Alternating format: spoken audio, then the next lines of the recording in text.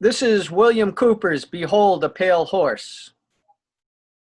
Continuation of wherever we are. Okay.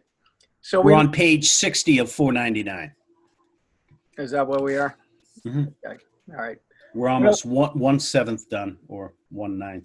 Okay. Well, this is the short list of outputs. Continuing where we left off before. Correct. Outputs create controlled situations, manipulation of the economy, hence society, control by control of compensation and income. Mm-hmm. Sequence. 1, allocates opportunities. 2, destroys opportunities. 3, control the economic environment. 4, control the availability of raw materials. 5, control capital. 6, controls bank rates. 7, controls the inflation of the currency. 8, controls the possession of property. 9, controls industrial capacity. 10, controls manufacturing. 11, controls the availability of goods and commodities. 12, controls the price of commodities. 13, controls services, the labor force, etc. 14, controls payments to government officials. 15, controls the legal functions. 16, controls the personal data files, uncorrectable by the party slandered. 17, controls advertising. 18, controls media contact. 19, controls material available for television viewing. 20, disengages attention from real issues. 21, engages emotions. 22, creates disorder, chaos, and insanity. 23, controls design of more probing tax forms. 24, controls surveillance. 25, controls the storage of information. 26, develops psychological analysis and profiles of individuals. 27, controls legal functions. Repeat of 15. Controls, number 28, controls sociological factors. 29, controls health options. 30, preys on weaknesses. 31, cripples strengths. 32, leeches wealth and substance. All bad stuff. Table of strategies. Do this to get this. Keep the public ignorant. You get less public organization. Maintain access to control point for feedback. Required reaction to output, prices, sales. Create preoccupation. Lowers defenses. Attack the family unit. Control the education of the young. Give less cash and more credit and doles. More self-indulgence and more data. Attack the privacy of the church. Destroy faith in this sort of government. Social conformity. Computer programming simplicity. Minimize the tax protest. Maximum economic data. Minimum enforcement problems. Stabilize the content. Simplicity coefficients. Tighten control of variables. Simpler computer input data. Greater predictability. Establish boundary conditions. Problem simplicity solutions of differential and difference equations. Proper timing. Less data shift and blurring. Maximize control. Minimum resistance to control. Collapse of currency. Destroy the faith of the American people in each other. Absolutely. Bill Cooper's note, ultimate objective, the New World Order. Sounds familiar, folks. We're living it, baby. We're living it. We're in the middle of it. We're underway. That's what they mean by turning up the heat. Yep.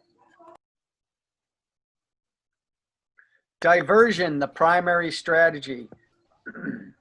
Experience has proven that the simplest method of securing a silent weapon and gaining control of the public is to keep the public undisciplined and ignorant of basic systems principles on the one hand, while keeping them confused, disorganized, and distracted with matters of no real importance on the other hand.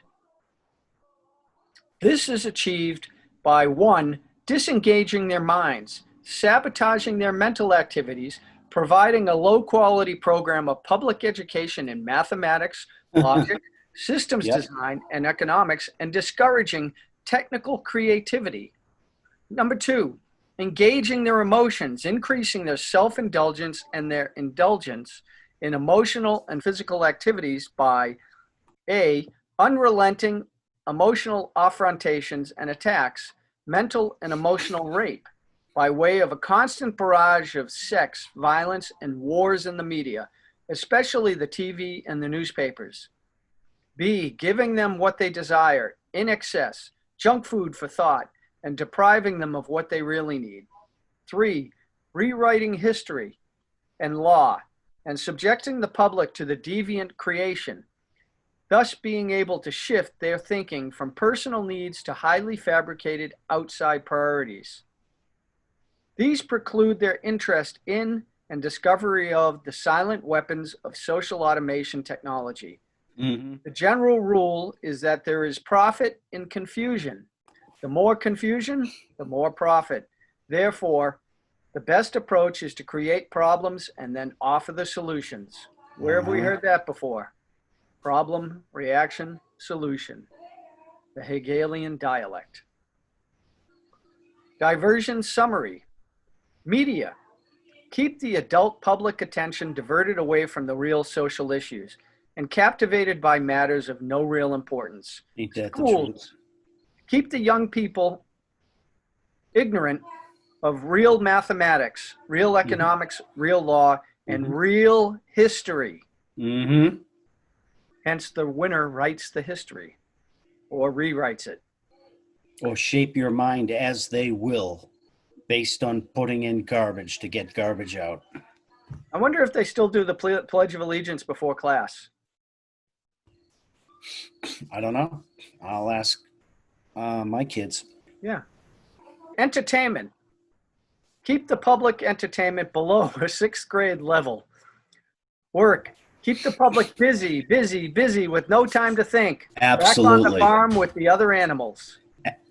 Isn't it our whole society? I mean, you even see the soccer mom. We use this proverbial example constantly, running around like driving around in her SUV. She's got to get to 17 places. Consent, the primary victory. A silent weapon system operates upon data obtained from a docile public by legal, but not always lawful force. Much information is made available to silent weapon system programmers through the Internal Revenue Service. Oh. See studies in the structure of the American economy for an IRS source list. This information consists of the enforced delivery of well-organized data contained in federal and state tax forms collected, assembled, and submitted by slave labor provided by taxpayers and employers. Furthermore, the number of such forms submitted to the IRS is a useful indicator of public consent, an important factor in strategic decision-making. Other data sources are given in the short list of outputs. Consent coefficients, numerical feedback indicating victory status, psychological basis, when the government is able to collect tax and seize private property without just compensation. It is an indication that the public is ripe for surrender and is consenting to enslavement and legal encroachment. A good and easily qualified indicator of harvest time is the number of public citizens who pay income tax despite an obvious lack of reciprocal or honest service from the government. Mm-hmm. You remember that book that you took from me when we lived together? You gave to me back to me like 15 years later. The martial arts book. Yeah, it's like called The Martial Way or something like that. Yeah. And one of his premises was called Giri or Jiri, depending on how you pronounce it. And what he discussed was every relationship, whether it's parent, child, employer, employee, master, student, it's not a one-way street. It's a two-way street. Absolutely. And you are not obligated to uphold your end of the relationship or obligation if the other party is letting you down. In fact, it is your obligation to terminate that relationship. If you remember that. So I read that 40 years ago and I remember that. And I know it's hard to do, but if you live your life that way, where you hold yourself to that standard, then yeah, it may be a little bit more difficult in some ways, but in the end, it will be, I think, simpler. And if we had held all these people account, we wouldn't be in the mess we're in right now. Yeah, I agree, especially with our leaders and politicians. They're not held accountable. They're able to run amok. Yeah.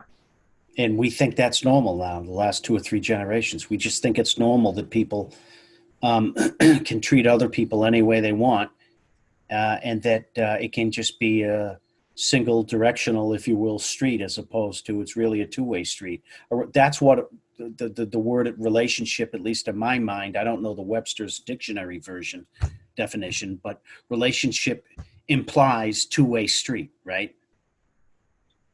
Yes. Do you agree, Mike? Well, you don't want to make it obvious. Okay, where was I? Okay. Yeah. Amplification energy sources. What do you think of when you hear that word?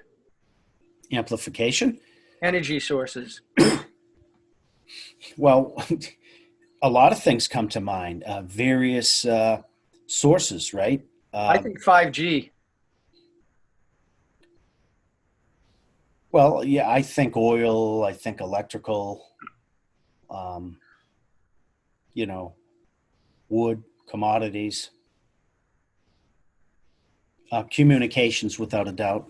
No. Right. What does amplification mean, Dan?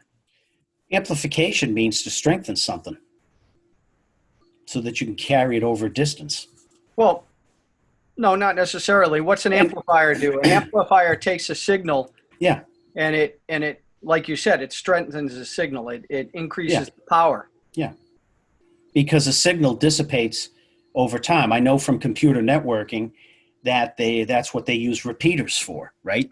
On a typical Ethernet network, I forget how many feet it was. I'm a sales guy now, but it's 300 feet or something.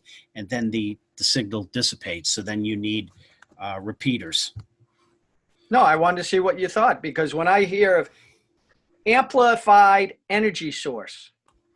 Well, you make a good point. 5G, definitely from what I've been hearing and reading about, not to diatribe too much, that's all about energy source. That's all about amplification and being able to control it almost with a knob type effect. I forget what the measurement is, but it's per square meter. Basically, that thing puts out so many microwaves per square meter, okay? And the human body can withstand, you can look it up, I think it's 2,700, I forget what the reading is, per square meter, basically of microwaves, right? Once you get above 2,700, whatever the measurement of per square meter in terms of a microwave signal, if you will, to make it analogous, you're frying the body. You're causing all kinds of problems. Well, here's You're the thing. frying them like a piece of meat. Here's a very simple way to understand anything related to power or sound. A Yeah. wave Yeah. as well. Gives off Okay. flux. It's called the inverse square law. Mm-hmm. Okay. And what it says is if you double your distance, Mm-hmm. okay, you have 1/4 of the original power. Got So it. that's how quickly it dissipates. Yep. Okay. So the closer you are, that's why, like, children who are like on the second or third floor of a 3-decker house They on get the corner with those transformers right outside the window, it's why they get leukemia. and the big ass power lines. Yeah. Yeah, and those big ass power lines that run over people's houses. The big black. If you have children, you need to move. Okay? Because Absolutely. the closer you are to those type of energy sources, it puts out a transmission that is harmful to living organisms. 100%. I had a debate 20 years ago when I was buying my house back in the day, you know where, Dave, Mhm. Mike. I got in a vehement argument This was when I was, now I'm not technical anymore, but this is when I was a server and network engineer. I used to build networks and servers for a living. So I knew all the NEMA specs at that point. I knew a lot about cabling, the power requirements, repeaters, all that we talked about. And also knew that in layman terms, that those big power lines give off a flux, right? That is around them. And if you were to use a special light on the spectrum to look at that power cable, you would see, depending on the light, I forget the light you would use on the spectrum, but you would see this big thing off the cable, you know, circulating around the cable and spreading out. So Yeah. any life form, It's energy. yeah, it's energy. You got it, Dave. And any life form around that that's close, it's going to affect your body. Anyway, this real estate agent tried to sell me a house with these big fat power cables like this thick, literally coming through the backyard and maybe 10 feet, 15 feet from the kids' swing set in the backyard. I'm like, thank you, we can go now. She's like, what's the problem? This house is in your price range and specifications. It's perfect. I said, it's a beautiful house, but this won't do. But the neighborhood's beautiful, blah, blah, blah. I said, the neighborhood's beautiful. You're right. And the houses are well kept around it, blah, blah, blah, but we need to leave.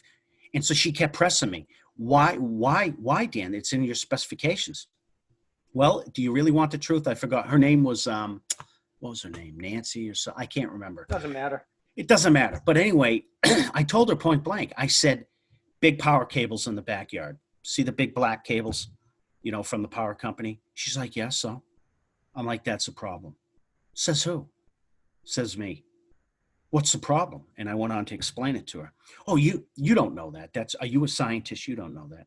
No, I'm not a scientist, but I do build networks for a living, and I do know how basic electricity works. Okay.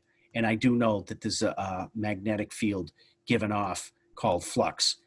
Okay. And I also know that if life forms are around it, they can get affected at the DNA level. That much I do know. And she proceeded to argue with me. I'm like, look, this conversation's over. Literally, I said that. And I got in the car and sat like a kid pouting in the back seat. I'm like, we need to leave. Yep. And the thing with children is children's cells are reproducing rapidly. Much greater than us. Okay. That's right. And that's when you're more likely to get these type of cancers, because you get one cancer cell and then all of a sudden.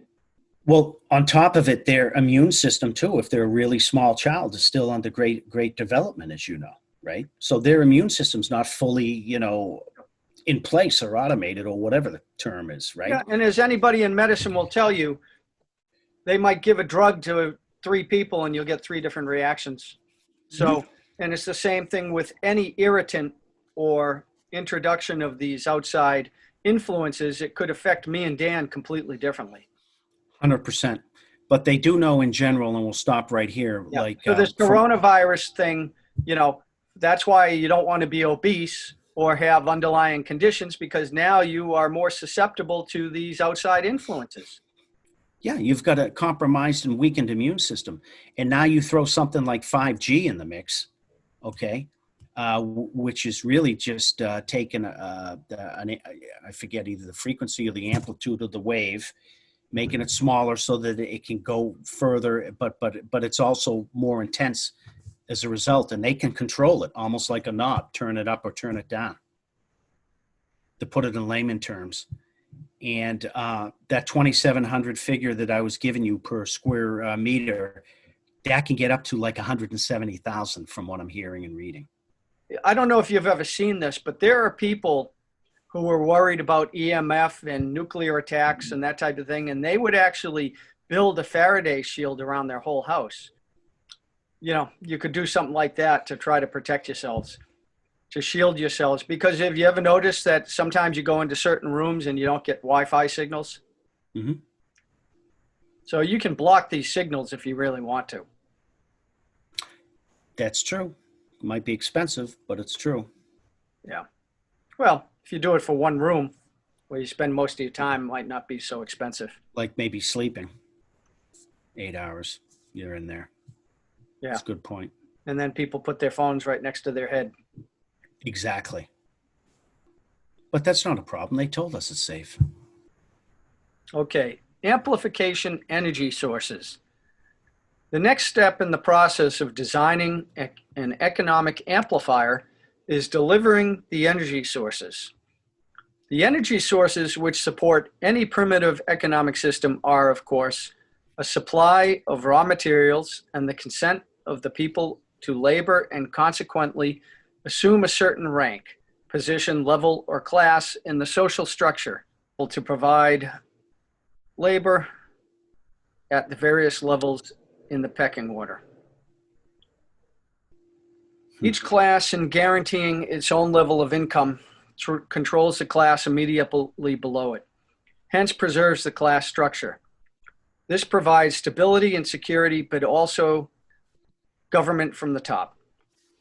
As time goes on and communication and education improve, the lower class elements of the social labor structure become knowledgeable and envious of the good things that the upper class members have. They also begin to attain a knowledge of energy systems and the ability to enforce their rise through the class structure. This threatens the sovereignty of the elite.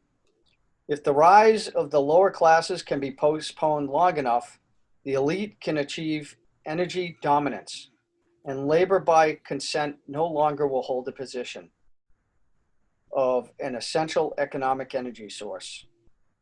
Until such energy dominance is absolutely established, the consent of people to labor and let others handle their affairs must be taken into consideration, since failure to do so could cause the people to interfere in the final transfer of energy sources to the control of the elite.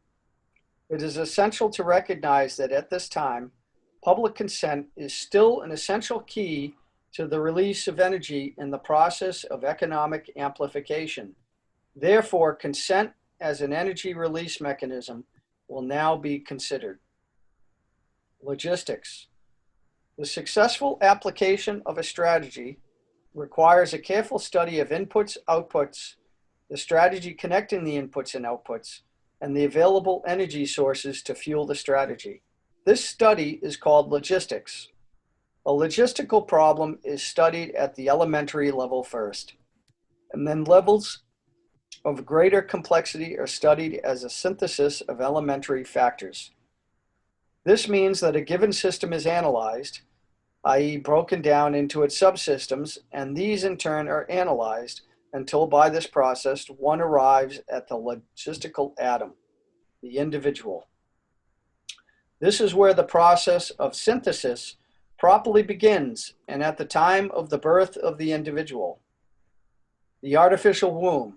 From the time a person leaves its mother's womb, its every effort is directed towards building, maintaining, and withdrawing into artificial wombs, various sorts of substitute protective devices or shells. The objective of these artificial wombs is to provide a stable environment for both stable and unstable activity, to provide a shelter for the evolutionary processes of growth and maturity, i.e. survival, to provide security for freedom, and to provide defensive protection for offensive activity. This is equally true of both the general public and the elite. However, there is a definite difference in the way each of these classes goes about the solution of problems. The political structure of a nation, dependency. The primary reason why the individual citizen of a country create a political structure is a subconscious wish or desire to perpetuate their own dependence relationship of childhood. Simply put, they want a human God to eliminate all risk from their life, pat them on their head, kiss their bruises, put a chicken on every dinner table, clothe their bodies, tuck them into bed at night, and tell them that everything will be all right when they wake up in the morning. What is this? Go ahead. This public demand is incredible. So the human God, the politician, meets incredibility with incredibility by promising the world and delivering nothing. So who is the bigger liar, the public or the Godfather? This public behavior is surrender born of fear, laziness, and expediency. It is the basis of the welfare state as a strategic weapon useful against a disgusting public. There you go. Action offense. Most people want to be able to subdue and or kill other human beings which disturb their daily lives, but they do not want to have to cope with the moral and religious issues which such an overt act on their part might raise. Therefore, they assign the dirty work to others, including their own children, so as to keep the blood off their own hands. They rave about the humane treatment of animals and then sit down to a delicious hamburger from a whitewashed slaughterhouse down the street and out of sight. But even more hypocritical, they pay taxes to finance a professional association of hitmen, collectively called politicians, and then complain about corruption in government. Responsibility. Again, most people want to be free to do things, to explore, etc., but they are afraid to fail.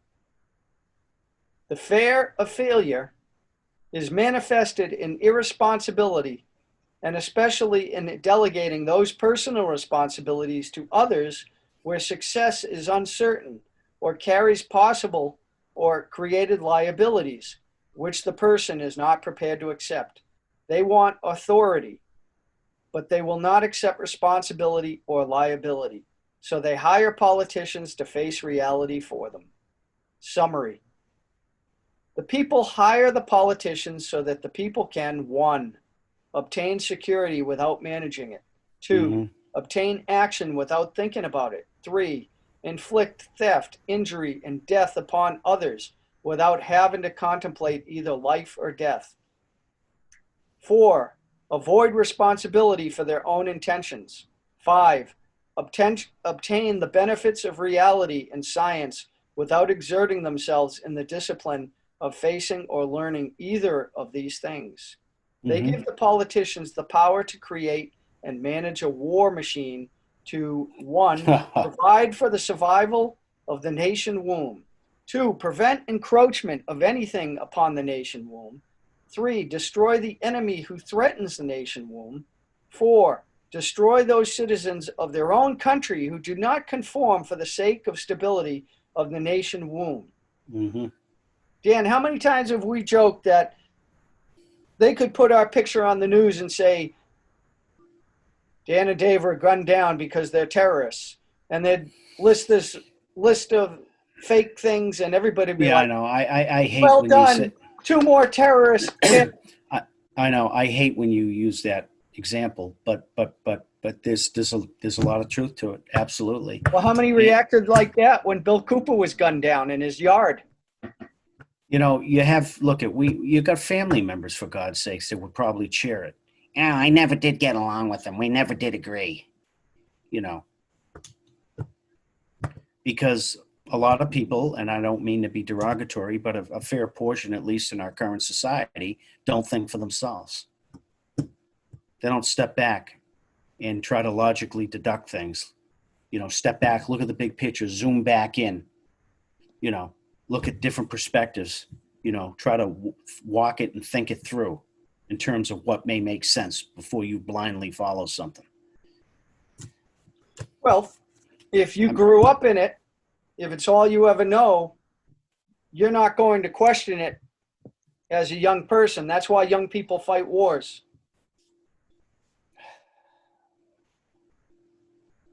Well, that's why they get. And it's 18, unfortunate. Yeah. It's unfortunate that the boomers really sold out the country, in my opinion. Yeah, they did in a lot of ways. I mean, I don't want to be derogatory or whatever, or point fingers and cause a generational whatever uproar, but the reality is they let a lot of stuff before guys like you and I were born, and then generations after us, they let a lot of shit go, and that should not have been let go, so to speak. Didn't question a lot of things. Didn't question the beginnings, the birth of the military-industrial complex. They let that go, even though Ike warned us in 1960 with that big speech he gave. Nobody listened. Kennedy, whether you like him or not, tried to heed that advice. He tried to get us out of Nam, and you saw what that got him. No, they sold out because, yeah, I mean, some percent of them were actually active in the 60s, right? In the early 70s. But then all of a sudden they went into the system and they became probably worse than the generation 100%. before them. Well, as George Carlin said, aptly put, they went from cocaine to Rogaine. So the system that when they were hippies and stuff that they hated and said down with the man and all that. It's funny how a lot of them took an about face, matriculated into society, as you say, and a lot of them became teachers and professors till this day. Which, oh, by the way, you go to most universities, they're so friggin' liberal, it makes my skin curl, and and they're teaching our children, the virtues of basically Marxism and communism. Yet they live in a country where they have been able to thrive and have a good life overall through the benefits and virtues of capitalism. Yet they put that same system down that has fed them. So if that's not biting the hand that feeds you, I don't know what is. What I do know is, okay, a combination of education and just freaking common sense is, if you want to go to centralization, folks, good luck, okay, because you're giving everything up. Kiss your freedom goodbye. What do you mean going? Gone. We're there. Okay. We've been there. We're not 100% there, but we're well on the way. Well on the way. We're not 100%. We're not the USSR yet, but we're well on the way. And the problem is you got the millennials and the people coming after them. They've not been taught what we've been talking about right now. A lot of them. Because they're going to university and they're listening to the guy in the tweed jacket with the pocket protector and the friggin' reinforced elbows, if you know what I'm saying. That's putting us down and has disdain for America. So, my question to them would be, have you looked at any history, Jack or Bob or whatever your name is? Because if you have, you'd know that it's not a good thing. Well, who wrote the history?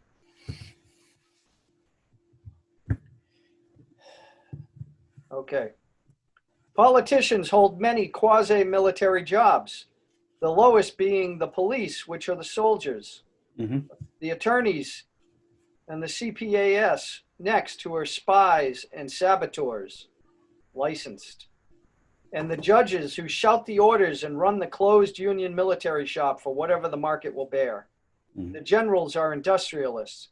The presidential level of commander-in-chief is shared by the international bankers.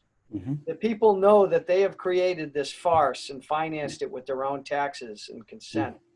But they would rather knuckle under than be the hypocrite. Thus, a nation becomes divided into two very distinct parts: a docile subnation, a great silent majority, and a political subnation. The political subnation remains attached to the docile subnation, tolerates it, and leeches its substance until it grows strong enough to detach itself and then devour its parent. System analysis.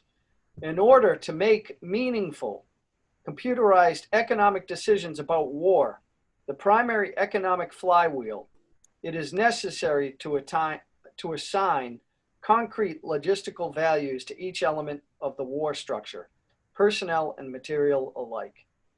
This process begins with a clear and candid description of the subsystems of such a structure. The draft as military service. Few efforts of human behavior modification are more remarkable or more effective than that of the socio-military institution known as the draft. A primary purpose of a draft or other such institution is to instill by intimidation in the young males of a society the uncritical conviction that the government is omnipotent. Bill Cooper's note, the truth is just the opposite, as government exists only with the consent of the people. He is soon taught that a prayer is slow to reverse what a bullet can do in an instant.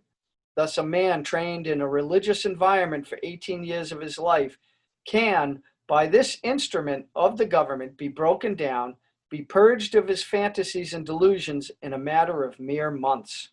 Once that conviction is instilled, all else becomes easy to instill. Even more interesting is the process by which a young man's parents, who purportedly love him, can be induced to send him off to war to his death. Although the scope of this work will not allow this matter to be expanded in full detail, nevertheless, a course overview will be possible and can serve to reveal those factors which must be included in some numerical form in a computer analysis of social and war systems. We begin with a tentative definition of the draft. The draft, selective service, is an institution of compulsory collective sacrifice and slavery devised by the middle-aged and the elderly for the purpose of pressing the young into doing the public dirty work. It further serves to make the youth as guilty as the elders, thus making criticism of the elders by the youth less likely, a generational stabilizer. It is marketed and sold to the public under the label of patriotic national service. Once a candid economic definition of the draft is achieved, that definition is used to outline the boundaries of a structure called a human value system, which in turn is translated into the terms of game theory. The value of such a slave laborer is given in a table of human values, a table broken down into categories by intellect, experience, post-service job demand, etc. Some of these categories are ordinary and can be tentatively evaluated in terms of the value of certain jobs for which a known fee exists. Some jobs are harder to value because they are unique to the demands of social subversion. For an extreme example, the value of a mother's instruction to her daughter, causing that daughter to put certain behavioral demands upon a future husband 10 or 15 years hence, thus by suppressing his resistance to a version of a government, making it easier for a banking cartel to buy the state of New York in, say, 20 years. Such a problem leans heavily upon the observations and data of wartime espionage and many types of psychological testing. But crude mathematical models, algorithms, etc., can be devised, if not to predict, at least to predetermine these events with maximum certainty. Mm-hmm. What does not exist by natural cooperation is thus enhanced by calculated compulsion. Human beings are machines, levers which may be grasped and turned. And there is little real difference between automating a society and automating a shoe factory. These derived values are variable. It is necessary to use a current table of human values for computer analysis. These tables are given in true measure rather than US dollars, since the latter is unstable, being presently inflated beyond the production of national goods and services so as to give the economy a false kinetic energy, paper inductance. The silver value is stable, it being possible to buy the same amount with a gram of silver today as could be bought in 1920. Human value measured in silver unit changes slightly due to changes in production technology. Yeah. So yeah, this might be a good place to just to settle down, because I gotta in a minute. But then look what it gets into. The enforcement, talks about the father, of course, probably conditioning him, the mother, the family unit, etc. So the kid, which is scary, it's taken you and I 45, 50 years to figure this out, but the kid's born behind the 8 ball doesn't even know it, right?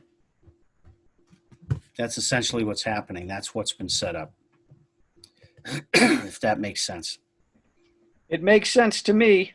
Total indoctrination set up for the next 12 to 16 years if they go to college especially, right?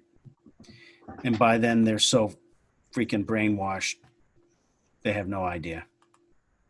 No idea what's going on. Well, some of us who went through the system, we can look at it, and if we're honest, some of us can look in the mirror and admit that we have flaws and we make mistakes, and we can look upon our decisions and say, wow, that was it. And while I'm grateful for all I've been given and experienced, I realize that there are alternatives, especially now, because the paradigm that you and I grew up in no longer is productive. Viable. Yeah, and viable, really. I mean, viable in a lot of ways. Well, what I mean by that, just it's getting harder and harder to get by, harder and harder to live. Our generation and the ones after, are they going to have the same retirement, for example, that our parents had? Highly doubt it. Highly improbable. They're going to have to think of things that our parents didn't ever have to conceive. Like maybe to go live somewhere else. Well, what do you mean, Dan? Move to another state? No. Maybe another country. Right? Do you agree, Mike? Yes, Mr. Dong. What are we looking at? I beg your pardon? I'm sorry? What's so funny? Nothing. That's just my handle, guys. Sorry. Yeah, we got to come up with a song now. It does rhyme. Yeah. He's Mr. Dong, the power dong. Danny Okay, Dong. enough. All right, enough. All right. But anyway, yep, good read. We'll pick up again. But yeah, this book, and we're about 1/7 of the way through, right? I have no idea. Yeah, 500 pages. We're not quite on page 70, so we're only 14% of the way through. So I'm sure he's got a lot more to say that's going to blow our minds. Yeah, we might be finished by 2023. Or 2025. Depends how many time, how far we go off the reservation. Yeah, that and right. And well, let me ask you this. I mean, chances are, I think Trump is going to win, right? I mean, whether you like him or not, he's probably going to beat Biden. I would think. You never know. I don't know, but as we've seen with silver and gold and repo, I mean, these people do whatever they want. Mm-hmm. So, yeah, I wouldn't be surprised if they put Mickey Mouse in. Well, here's the point. I mean, what are we going to do about it? Nothing. But the point is, if Trump wins, what does that mean? The bigger picture. What does it mean? More of kind of what we're getting. If Biden wins, it's going to be a total reverse course, right? So what does that mean? He's going to hand over the keys. But Trump, this will be a second term, so he doesn't have to worry about getting reelected. Oh, absolutely. Which means he'll push his initiatives harder like you can't believe. He doesn't have to worry about you liking him anymore. He'll roll out the troops. Tough shit, folks. I'm Emperor Trump. I would like to think he wouldn't do that. But to your point, someone with his personality type is more apt to do that than I think a Biden, right? I wouldn't worry about a Biden doing that. Well, versus a Trump. It's not going to be Biden you got to worry about. It's the guy pulling the strings. Well, right. It's the powers that be in the background ultimately telling him, look, this is what's going to happen, and you're going to do it. And he's got that dingbat as a running mate. How funny is they made fun of that woman who ran with John McCain, the Sarah Palin. Yeah.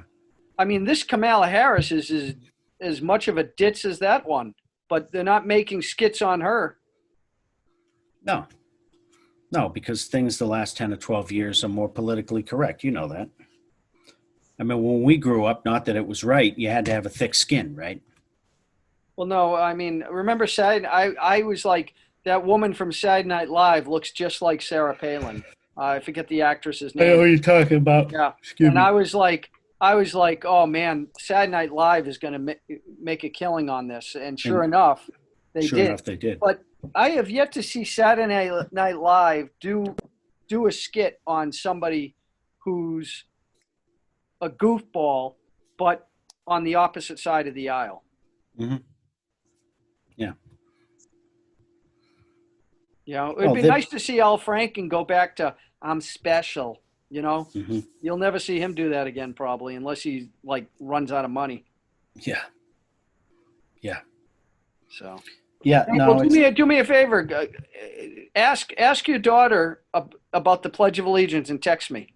Yeah, I'll do it as soon as we hang up. Yeah. All right. So I don't forget. Thanks. Excellent. See you. Thanks, Peace. dude. Bye. Talk to you Sunday. Bye. Yeah. Bye.